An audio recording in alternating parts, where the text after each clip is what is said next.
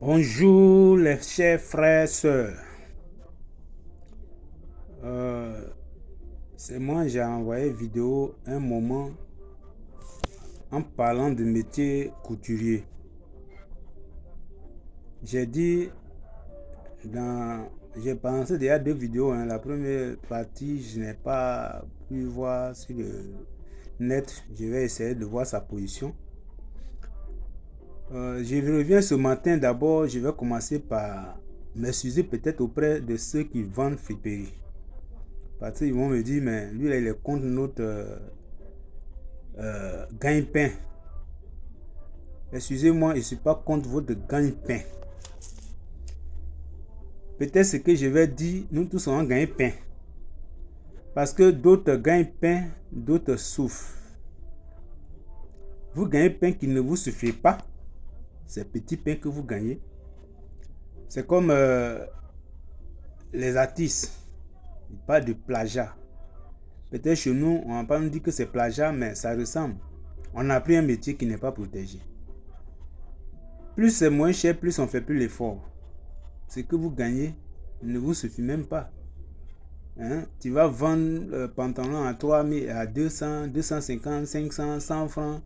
Pendant ce temps, tout s'augmente sur le marché. Ça n'arrange personne. Vous, ça ne vous fait pas progresser. Nous, les couturiers, ça ne nous fait pas progresser. Et si les couturiers sont respectés, qu'ils créent les grandes entreprises textiles en Côte d'Ivoire, vous allez vendre aussi et puis gagner. C'est ce qui nous manque. Les pays développés, ils sont en avance sur nous, c'est parce que ils font attention à tout. À tout. Le milieu textile, on ne fait pas attention chez nous ici. Je ne veux pas généraliser, je parle chez nous en Côte d'Ivoire. C'est pas contrôlé. J'ai parlé de friperie la fois dernière, après la vidéo que j'ai envoyée. Quand il dit il y a d'autres solutions, c'était quoi? Si on prenait bas à 100 000 francs, à 150 000, si l'État dit on prend maintenant bas à 400 à 500 000, en fonction de ce qui est dedans, si vous vendez, vous gagnez, l'État gagne, les zones de métier aussi gagnent. Parce que chez nous ici, pourquoi nous, on ne peut pas créer friperie nous-mêmes? On a cette possibilité de le créer. En Europe, les petits ateliers n'existent plus. Atelier où quelqu'un vient s'asseoir, il attend que le client n'existe plus. Selon les informations que nous avons, moi je n'ai jamais parti en Europe, mais selon les informations, ceux qui quittent là-bas, c'est ce qu'ils nous disent. Et même quand je fais aussi pour les Européens, parce que quand j'étais au plateau, je ne dis pas toujours où j'étais parce que je ne ferai pas publicité de quelqu'un. Peut-être je parle d'un atelier de quelqu'un, il va dire mais pourquoi tu parles de mon atelier dans ton vidéo? Sinon j'étais au plateau, dans un grand coin d'ailleurs. Mais on faisait des tenues, je faisais des coutures pour les Européens. Eux là, ils disent que l'atelier n'existe plus là-bas. C'est des maisons de vente de prêt-à qui existent. Hein? Quand tu payes, tu t'en payé. Quand c'est fini, tu as fini d'utiliser, tu s'en déposer. C'est ce qui vient chez nous ici. Hein? Par exemple, je paye 10 pantalons pour un mois. Je finis, je n'ai pas besoin de laver. Là-bas, on ne lave pas guine. On n'a pas fini de laver, je m'arrête de déposer, on me renouvelle ma commande. C'est comme ça que ça se passe chez eux. Mais chez nous ici, on ne peut pas le faire. On peut très bien le faire. Si on respecte couture lui-même. En Côte d'Ivoire, avant, il y avait les grands châteaux de textiles de Guinée en Côte d'Ivoire. À la zone industrielle de Yopougon, pour tous ceux qui connaissent, où ils ont construit actuellement une usine de huile, que je n'ai pas dit son nom aussi. À la place où il y a usine de huile à la zone industrielle de Yopougon, là, il y avait un grand château de Guinée, renommé d'ailleurs, qui faisait des guines pour envoyer en Europe. Mais ce château, je connais le propriétaire. Moi, lui, on allait sur le marché, il m'a montré comment les choses ont commencé à se gâter. Il faisait des t-shirts dans le temps qu'on appelait façonnables. C'était des t-shirts qui se vendaient en Europe cher, que moi-même j'ai aussi payé, j'ai fabriqué parce que je suis un spécialiste aussi de la bonneterie.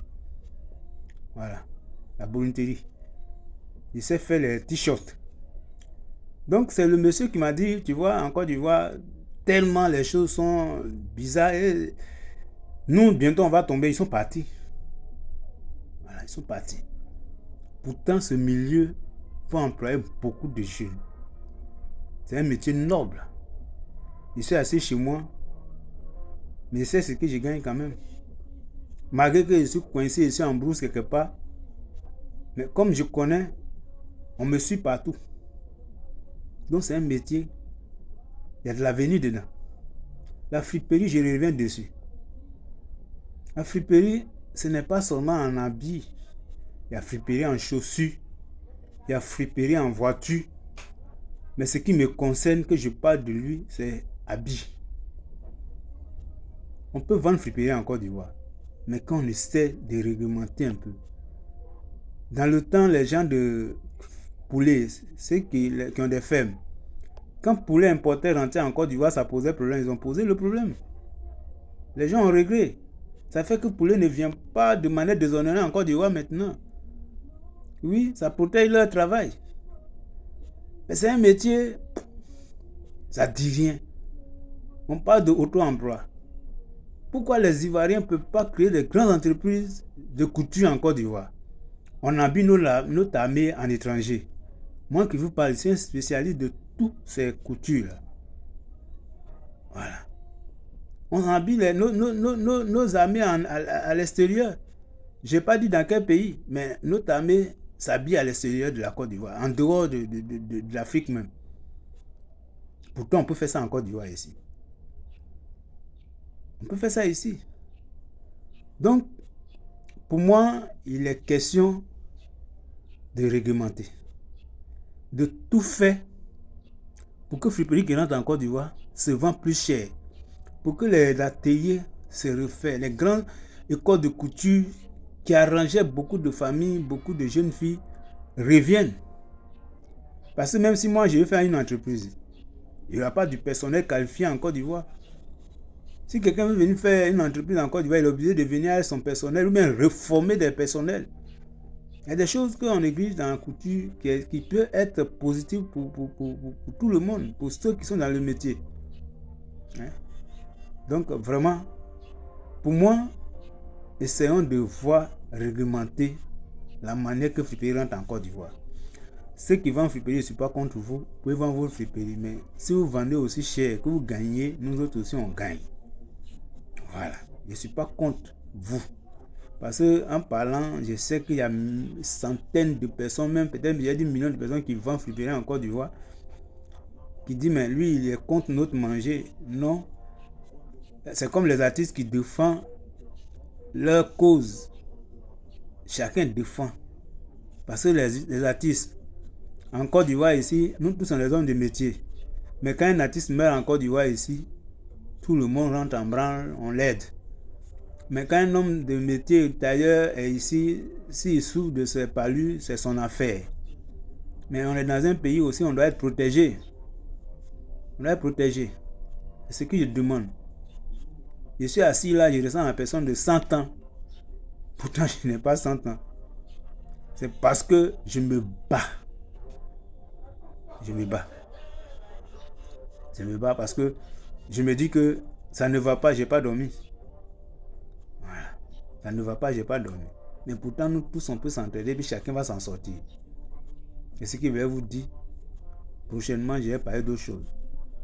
Je m'excuse auprès de ceux que je les ai offensés en parlant. Merci.